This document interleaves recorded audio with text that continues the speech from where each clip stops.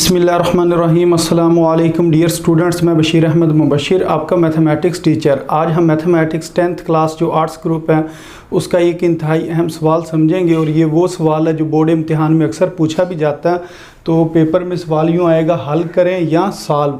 तो ये हमारे पास जो इनइक्वालिटीज़ दी गई होंगी या गैर मसावातें इसे कहते हैं, इनको आपने हल करना होगा। ये बिल्कुल जो आम सवाल है उनकी तरह हल होता है, लेकिन इसके अंदर ये जो अलामत है ये मुख्तलिफ होती है। मसलन यहाँ पर बराबर लिखने के बजाय वो लेस दैन या ग्रेटर दैन लिख देते हैं, या less than is equal to भी लिख देते हैं, या खाली जो लेस दैन है वो लिख देते हैं। ये जो अलामत इस तरीके से लिखी जाती है इसका मतलब होता है लेस दैन, और ये जो अलामत है इसका मतलब है ग्रेटर दैन। लेस दैन का मतलब छोटी और ये ग्रेटर दैन का मतलब बड़ी। तो ये वाली मसावातों के अंदर ये अलामतें दी गई होंगी, इनको आपने हल करना होगा। फिर जो एक्स का जवाब आएगा फिर आपने उसका ग्राफ भी बनाना होगा। तो बारी बारी हम इन सवालों को हल करते हैं, फिर इसका आपको मैं ग्राफ भी बना कर दिखाता हूँ, फिर आपको इन क्वेश्चंस की समझ आ जाएगी। तो जो सबसे पहला क्वेश्चन है इसको एक दफ़ा मैं लिख देता हूँ इधर और फिर इसको हल करता हूँ। मसलन ये लिखा हुआ है x - 7 less than is equal to 5 - 2x। अब इसको जिस तरह आम क्वेश्चन है उन्हीं की तरह ही इसको आपने हल करना है। आपने ये समझना इस जगह पर अगर इज़ इक्वल टू लिखा हो तो फिर इसको हम किस तरह हल करते हैं, सेम उसी तरह आपने हल करना है, इसको इसी तरह रहने देना है। मसलन जो x वाली रकमें होंगी उनको आपने एक तरफ ले आना है। ये -2x है तो इस जगह पर आकर क्या हो जाएगा +2x, और बाकी less than is equal to इसी तरह लिख दें। ये 5 इसी तरह, ये -7 दूसरी तरफ आकर +7 हो जाएगा। अब x और 2x कितना हो गया 3x, और ये 5 और 7 कितना हो गया 12। तो अब ये जो 3 इधर मल्टीप्लाई हो रहा है इधर आकर डिवाइड हो जाएगा। अब हमारे पास जो x का आंसर आएगा वो कितना आ जाएगा 4 आ जाएगा। अब आपने इसका ग्राफ बनाना है, तो आपने सबसे पहले एक सीधी लाइन लगा लेनी है और फिर उसके ऊपर बराबर साइज़ के यूँ निशान लगा लेने हैं। अब आपने दाईं साइड के ऊपर 1 2 3 4 5 यानी कि जमा में लिखना है, और इस साइड पर यानी कि जो लेफ़्ट साइड है उधर आपने ये नेगेटिव में लिखना है। अब ये आपने देखना है कि ये जो 4 है या 4 नंबर है ये किस जगह पर है, तो वो इस जगह पर है। इसके ऊपर आपने एक गोल दायरा बना देना है। अब उससे अगला काम आपने ये करना है कि आपने देखना है इसके साथ जो अलामत है उसका जो क्या लें कि निशान किस तरफ को है, या उसका जो हेड है वो किस तरफ है, तो वो इस साइड पर है। तो आपने इस साइड पर एक एरो बना देना इस तरह करके, ये एरो बन गया। और अगर ये होता मसलन ग्रेटर दैन की अलामत होती जिस तरह ये है, तो उसका जो हेड है तो वो इस साइड पर होना था, तो आपने एरो दूसरी तरफ बना देना था। इसके अंदर आपने एक चीज़ का ख्याल रखना है, जिस क्वेश्चन के अंदर इज़ इक्वल टू की अलामत साथ हो, लेस देन या ग्रेटर देन के साथ इज़ इक्वल टू की अलामत हो, तो फिर ये जो आपने सर्कल सा बनाया हुआ है इसको आपने अंदर से शेड भी करना है। इसको इस तरह ना अंदर से आपने भर भी देना है शेड करके। और अगर खाली ये अलामत होती मसलन जिस तरह ये वाला क्वेश्चन होना था या इससे अगला, तो फिर आपने इसके अंदर शेड नहीं करना था, खाली सर्कल बनाना था। तो इस तरह इससे जो नेक्स्ट क्वेश्चन है उसको भी हल करते हैं। वो लिखा हुआ है जी x + 4 less than is equal to 9। अब इस क्वेश्चन को हल कर लेते हैं। ये भी सेम उसी तरह ही हल होगा। इसके अंदर हम क्या करेंगे, जो x वाली रकम है उसको एक तरफ लिखा रहने देंगे और जो बाकी रकमें हैं उनको दूसरी तरफ ले जाएंगे। मसलन ये +4 है, इधर आकर -4 हो जाएगा। अब अगर हम 9 में से 4 को निकालें तो हमारे पास कितना आ जाएगा 5 आ जाएगा। अब हमने इसका ग्राफ बनाना है, तो अगर हम इसका ग्राफ बनाएं तो क्या करेंगे, जो 5 नंबर है मसलन इस जगह पर इधर एक सर्कल बना देंगे और इसका एरो इस तरफ लगेगा। उसकी वजह ये है इसका जो साइन है वो इस तरफ को है, यानी कि जो साइन है वो किसका है लेस देन का। और अगर आप वैसे भी देखें तो इसका जो ये वाली आपने चीज़ देखनी है ये किस तरफ है, इस साइड पर है। तो आपने इस तरफ को आगे की तरफ ये जो लाइन है या एरो है ये आपने बना देना। अगर ये ग्रेटर देन की अलामत होती तो फिर आपने देखना था ये वाली साइड इस तरफ है, तो फिर आपने एरो एरो जो है वो दूसरी तरफ बना देना था। अब ये वाला जो क्वेश्चन है इसके अंदर लेस देन के साथ एक और अलामत है, और वो अलामत है बराबर की। अगर बराबर की अलामत हो या इज़ इक्वल टू की अलामत हो तो फिर इसको अंदर से आपने शेड भी कर देना। तो इस तरीके से ये जो क्वेश्चन है इसने हल होना था।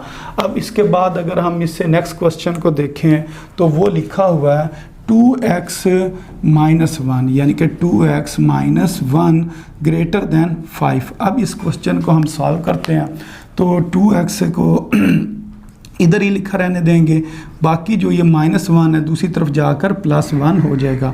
तो 2x किसके बराबर आ गया, 6 के बराबर आ गया, और x ग्रेटर दैन 6, और ये 2 मल्टीप्लाई हो रहा है इधर आके डिवाइड हो जाएगा। तो x का हमारे पास कितना जवाब आ गया, 3 आ गया, यानी कि x ग्रेटर दैन 3 हमारे पास आंसर आ गया। अब हमने क्या करना है, अब दोबारा यही आपने ग्राफ है इसी तरह बनाना है कि 0 और इस साइड पर 1 से लेकर 10 तक लिख लें, और इधर भी -1 से लेकर 10 तक लिख लें। अब ये जो 3 है, 3 इस जगह पर है, इस जगह पर हम सर्कल बना देंगे। अब इसका एरो जो है या साइन जो है वो इस साइड पर है, तो इस साइड पर आपने यूँ छोटा सा एक एरो बना देना है। अब इसके साथ इज़ इक्वल टू की अलामत नहीं है, तो इस वजह से इधर हमने इसके अंदर शेड नहीं करना है। तो ये इंतहाई आसान सवाल है। तो अब ये पहले जो 3 सवाल थे ये इंतहाई आसान थे, ये हमने कर लिया। अब जो इससे अगला क्वेश्चन है इसको आपने बहुत ध्यान से समझना है। इसके अंदर एक ऐसी चीज़ है जो बाकी सवालों से थोड़ी सी मुख्तलिफ है, तो वो भी मैं आपको हल करके बताता हूँ कि आपने उसको किस तरह हल करना है। अब ये जो क्वेश्चन नंबर 4 है इसको मैं एक दफ़ा इधर लिख देता हूँ, मसलन 6 माइनस x ग्रेटर दैन 4।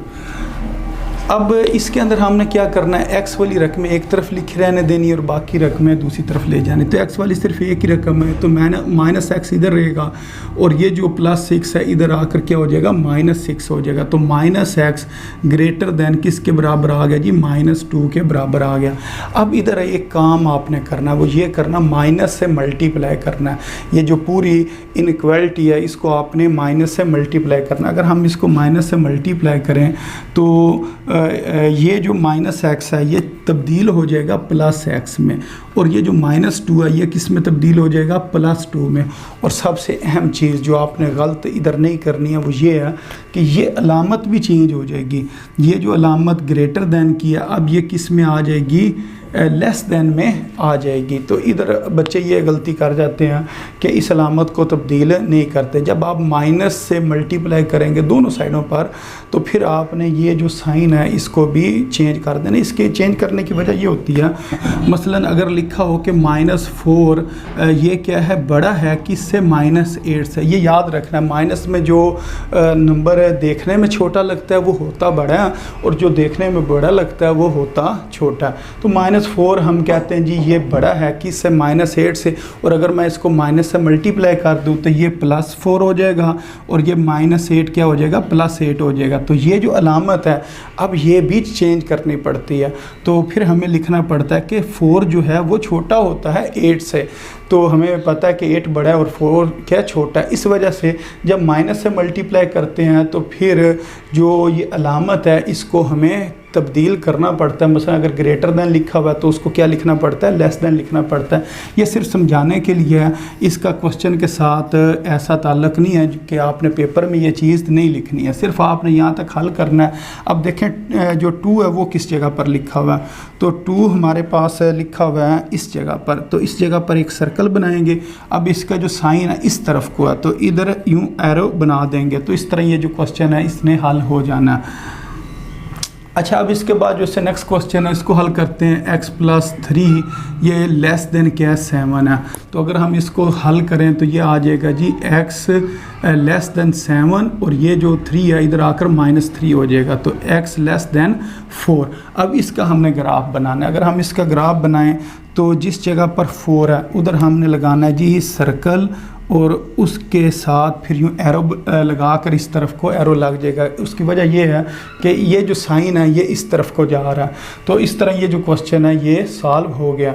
तो इस तरह ये हमने पहले जो 5 क्वेश्चन हैं इनको हल कर लिया। अब उसके बाद जो छठा क्वेश्चन है इसको हल करते हैं। छठे क्वेश्चन को एक दफ़ा मैं इस जगह पर दोबारा लिख लेता हूँ। मसलन ये लिखा हुआ है 3 × x - 2 और फिर लेस देन और आगे लिखा हुआ है 2x + 1, 2x + 1।